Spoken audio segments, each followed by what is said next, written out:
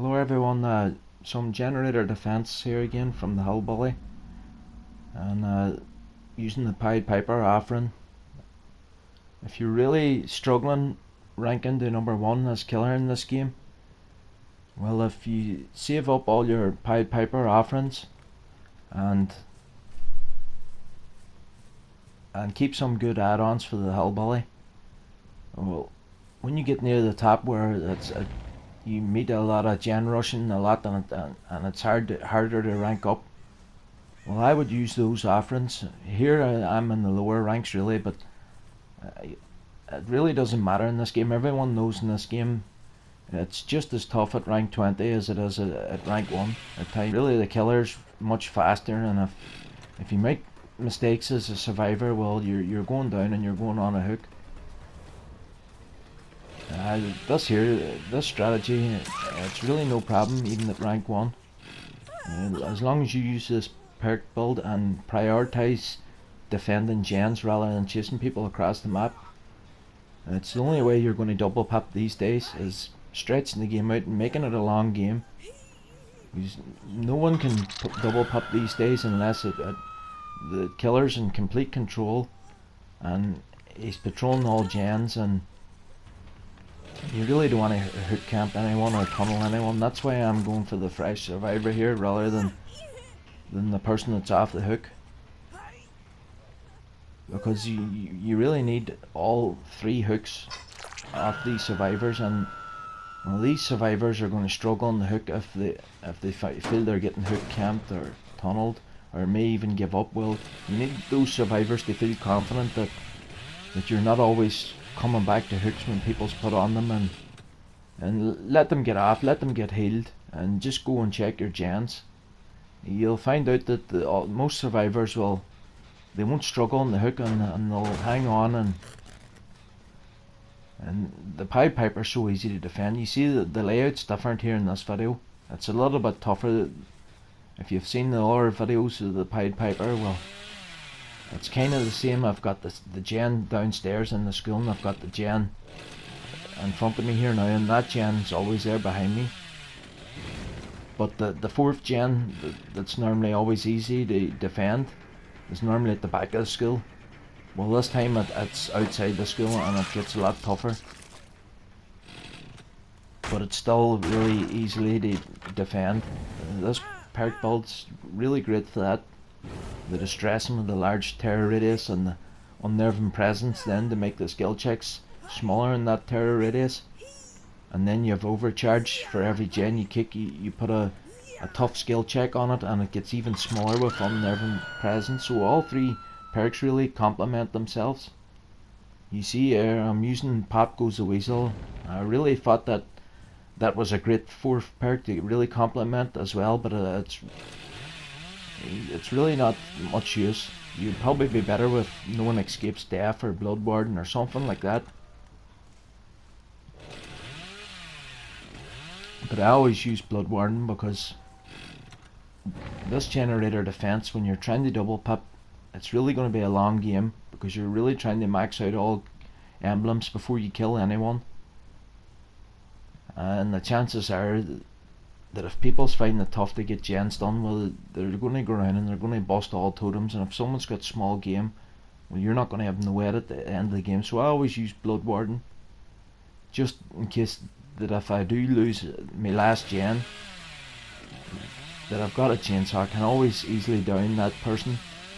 I know they're not too far from the gen, and then when I see the Blood Warden become active, I can hook that person and lock the gate, and it can really get you another kill if things just don't go to plan. But you really could use any perk really that you like, any perk that you prefer, but for generator defense it's always going to be distressing, unnerving presence, and overcharge. And you need a long game for the double pop these days. I'm going to have to find loads of survivors, and you see there I'm not chasing that person in that house. I'm going back to protect these gens around the school, because if I lose those gens, the chances are that I'm going to lose this game. I'm prioritising these two gens here that I just passed, and then that gen there that straight ahead, that's the gens I'm prioritising.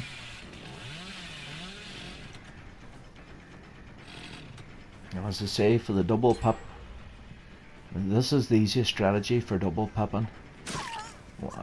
Since they changed the scoring system, only a long game now is where a killer can double pip, where he's in complete control and gens aren't getting done. And, well, that's when you can find and let survivors go until you max out your chaser emblem. And instead of always putting them on hooks every time you catch them, well, just thump them with the hammer and go and find someone else and thump them with the hammer. And when you keep doing that and they keep getting healed, well, then you'll have your brutality maxed out. And if you're in control and defending gens really easily with this perk build, which you should, well, you'll kick enough gens and break enough pallets to max your destruction. And then you're just down to devious. That's normally the first one that I rank up, using my chainsaw. Even chainsaw sprints and even people bleeding adds to your devious. And every chainsaw hit, once you max those 4, and you really can't tunnel or hook camp, you have to let the survivors feel confident that this guy isn't coming back to the hook. Is it risky to go and save, or should I wait? And then the person's in the struggle state. Well, if they know that you're nowhere near a hook, well, they just run straight in, save the person, heal them. And after doing that 2 or 3 times, the survivors have no fear running to save people. You'll need at least 10 hooks in this game, and that means hooking everyone twice. And as long as you prioritise certain 3 gens that you think that you can defend, and let the survivors take all the further away gens, well, they've got to come on. You'll have no problem finding all 4 survivors and hooking them all twice. And once you do that and max all your emblems, well, I believe you only need to kill 2 people. I'm not too sure, so you would always just kill 3 and not just down someone and try and find the last person just to make sure. Guaranteed, if you hook all people twice and kill 3, max all your emblems, you're guaranteed a double pip. And it doesn't even matter if the last person escapes out the hatch. And that's what happens in this game. The last person got out the hatch, but I had already double pipped, and it doesn't matter.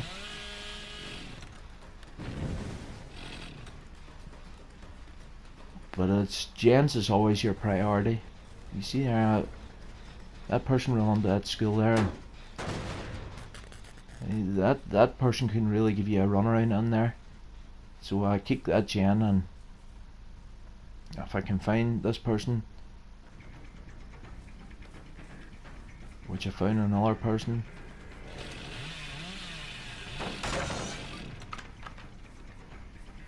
my priority is to always not chase these people for too long, because if 2 people's working on one of those back gens, when I'm watching this now, I really was taking a chance here, always running after these people, because if 2 people's on those back gens outside the school, well, I could lose one of those gens, and it really makes this strategy tough. So I hear someone on the gen, that's my priority. I need to stop those people completing those gens, because I'm nowhere near maxing my emblems there. Well, you see me, the devious is almost maxed.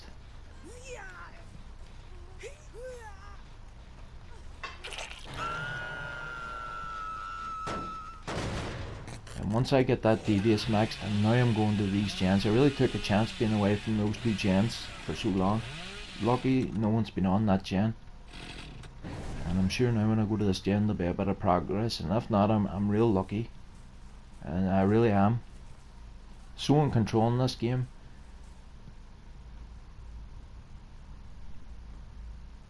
And that's the time to double pip. It's really hard for a killer to double pip these days. If you come up against gen rushers and they're knocking out gens, well, well, you forget about double pipman. But when you get a game like this, where they're really struggling to do gens and you're downing people left, right and centre, well, that's the time to go for the double pip.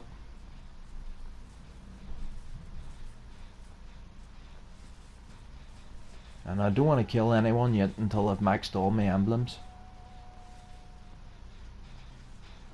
With this perk build, you really can manage 4 survivors. I've done this strategy at the rank 1, and the people I was playing against, they were trying to gen rush me, and I lost my gen with a few mistakes, but I still ranked up. They just cost me double pip. You use this strategy, gen rushing won't. You're the boss man on this strategy.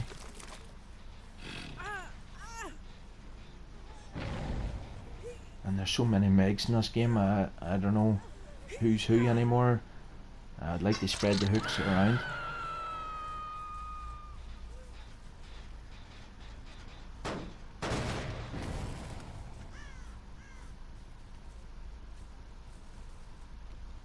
But basically that's all you really gotta know is, if you want to double pip these days, it's gotta be a long game.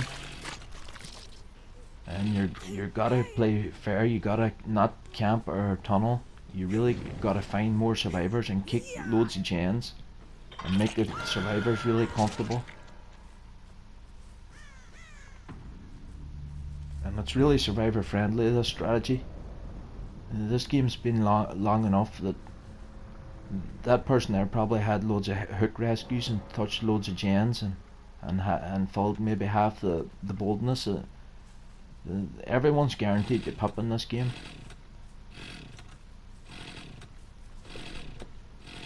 But you really need the long game. Once you're in control, all killers who are in control, I see it all the time, there's loads of games where the killer's in complete control, but they just go and kill everyone and pip.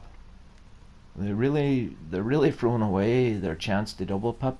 This is what you gotta do when you're in control, is max all your emblems, and if that means finding and letting survivors go, hitting them until you get, just hit them one hit and then leaving and go and find someone else, kicking a gen, hitting someone else, you're really maxing those emblems much quicker, and the game goes on long because those hit survivors have to go and get healed and they're not doing gens. But I see it all the time, killers just brutally kill everyone, even with 4-5 gens to go. They just slaughter everyone, and they're really throwing away a pip. It's okay, there's sometimes a killer could end the game maybe in 5 minutes. Well, maybe they don't want the game to go on 20 minutes or whatever, I don't know, but most games of Dead by Daylight are 15 minutes. I would say average 15 minutes, 15-20 minutes is average every game of Dead by Daylight. So this is really quick double pip, this video. And you see I'm nowhere near maxing that damage generator emblem. So there's so many megs here. I wouldn't have killed that first meg had it been different characters and I was able to keep track.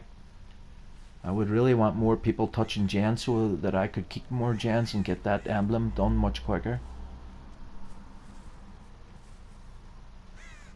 And that's a gen there that really scares me that I pass. Sometimes you get that gen there, and that's always one that you'll defend because it's normally always here where I'm standing now, and it's much easier to defend.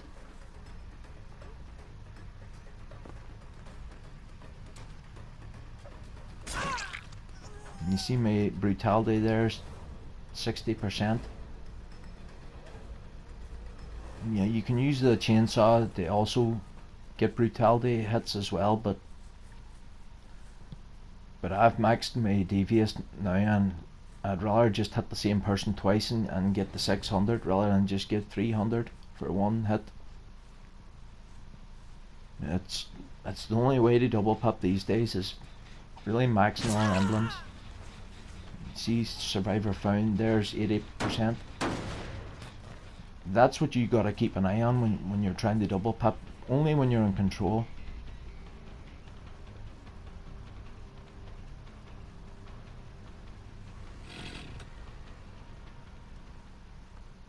You see there, I get more points when the chase is over, my chaser.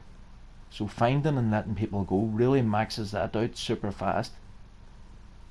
And by prioritizing gens, well, you're going to let loads of people go, because you're going to say, right, I'm not following you over there.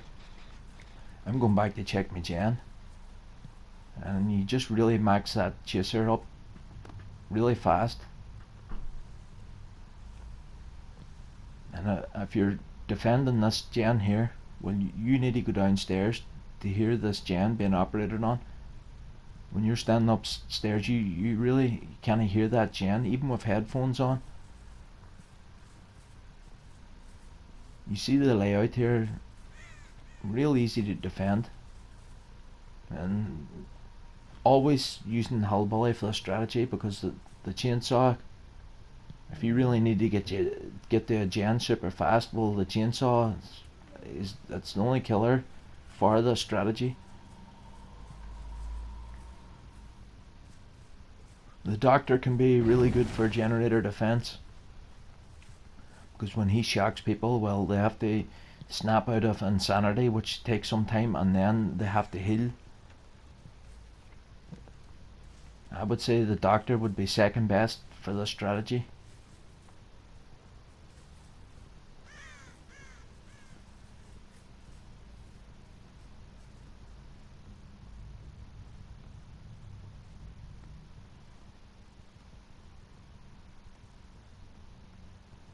See, really tough for these survivors.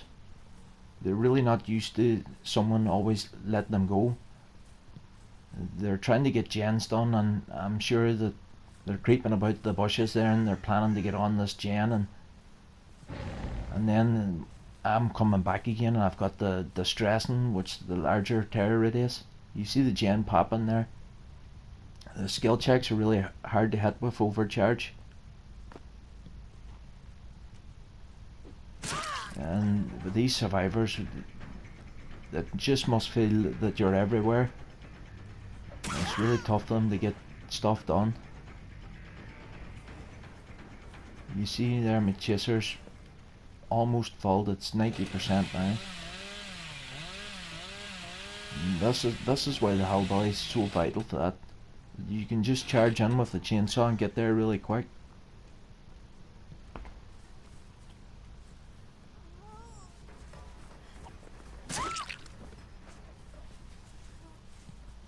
My brutality now must be 70%.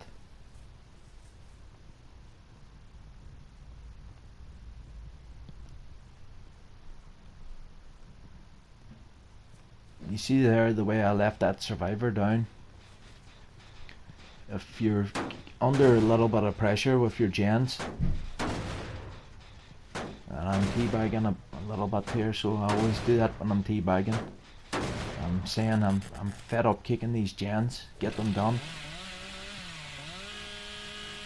I always leave a survivor down, because if you're under pressure, well, someone's got to leave a gen and go and help, and then they've got to heal them, and you can get back and kick a few gens and let those gens regress a little bit more. So always putting people down and going back to a gen always pays in the strategy as well. And that's probably no, it's not the person that just got healed, but it really helps me get that brutality category maxed out. That's a category that'll take the longest, is the brutality. Brutality and destruction is the two hardest to fill. You'll fill chaser and devious the quickest, but after that then you really need the long game with breaking pallets and kicking gens to max the destruction, and you'll really need loads of hits with your hammer.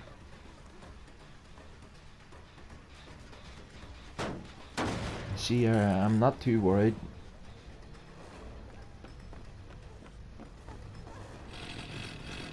And I'm teabagging.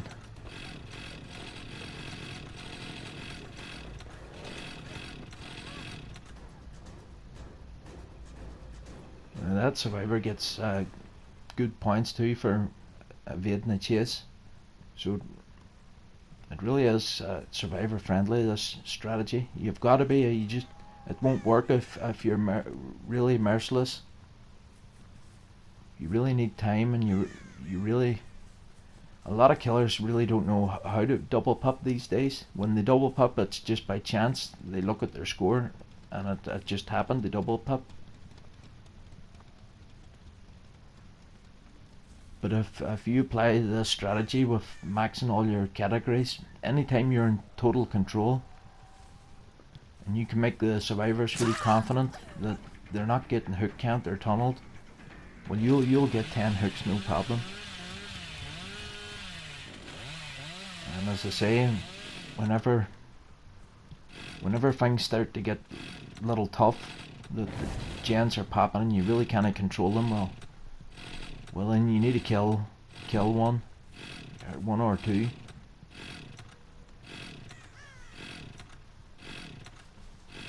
But in this map here, that never seems to happen. You're just total control from the start, managing 4 survivors. I know you may watch this and say that it's really been an easy game, but I don't know what it is like for these survivors. It just must feel like that everywhere they plan to go, that I seem to be there. Because it's an unorthodox killer gameplay style that I chase someone and then I just let them go. And the person then that knows that you've hit someone and chased them, they're expecting you to chase them all the way until you hook them, and then they go and touch a gen, and then I'm going checking that gen, and it just seems to go like that for these survivors. A really hard killer play to read. You see, the brutality now is 90%, and as soon as I get those maxed out, well, that's when I'll start killing. Then I still have another gen or two to kick.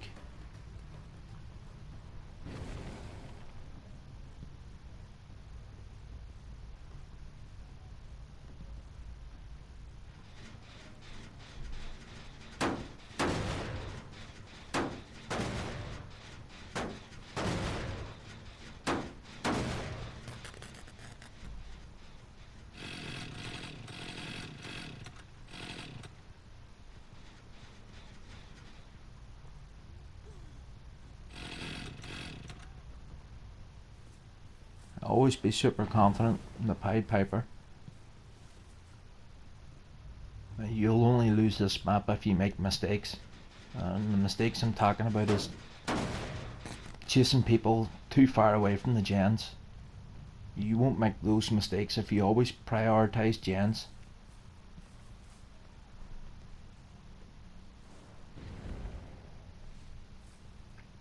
And if a gen's really pumping like 70-80%, and you apply the overcharge, kick it and apply the overcharge skill check, just go away a little bit, back and forth. I don't mean too far away from the gen, just go a little bit away, because if someone's really pushing it, trying to get that done, well, they'll go straight back on, and if they fail that skill check and you come straight back, don't go too far, you really can regress that gen from 80 back to 0 in no time. I've done it many times. You just go back and forth, and every time they touch it, you just keep kicking it. And if they're failing the overcharge skill check, well, that'll regress it, and with you kicking it, will regress it. And when they touch it again, and if they fail that skill check again, well, that's another 10% regression again. So within no time, you really can regress a gen 20-30%. I wouldn't really panic if a gen's really pumping.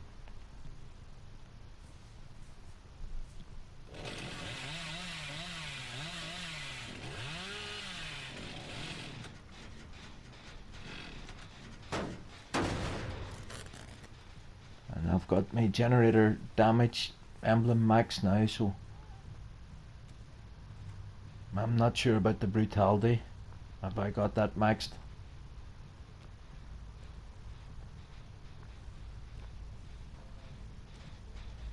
If I was playing as survivor in this strategy, I would be happy to come up against a killer that's really trying to double pip, because it's really a long game and you're really allowed to play. And I see I've teabagged these survivors so much.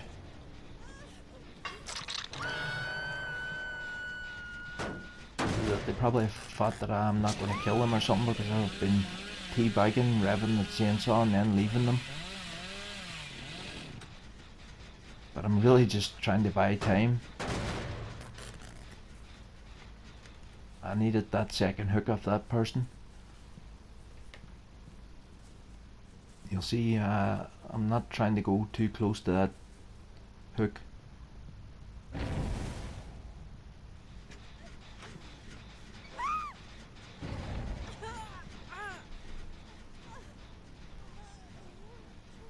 I think this person may have made a mistake,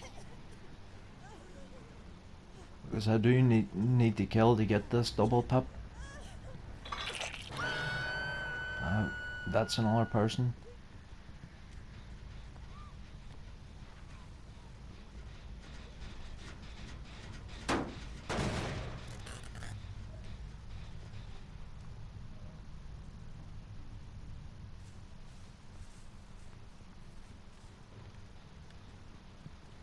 And that person is dead now.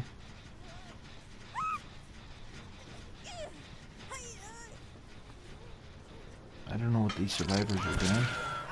They must be fed up playing or something.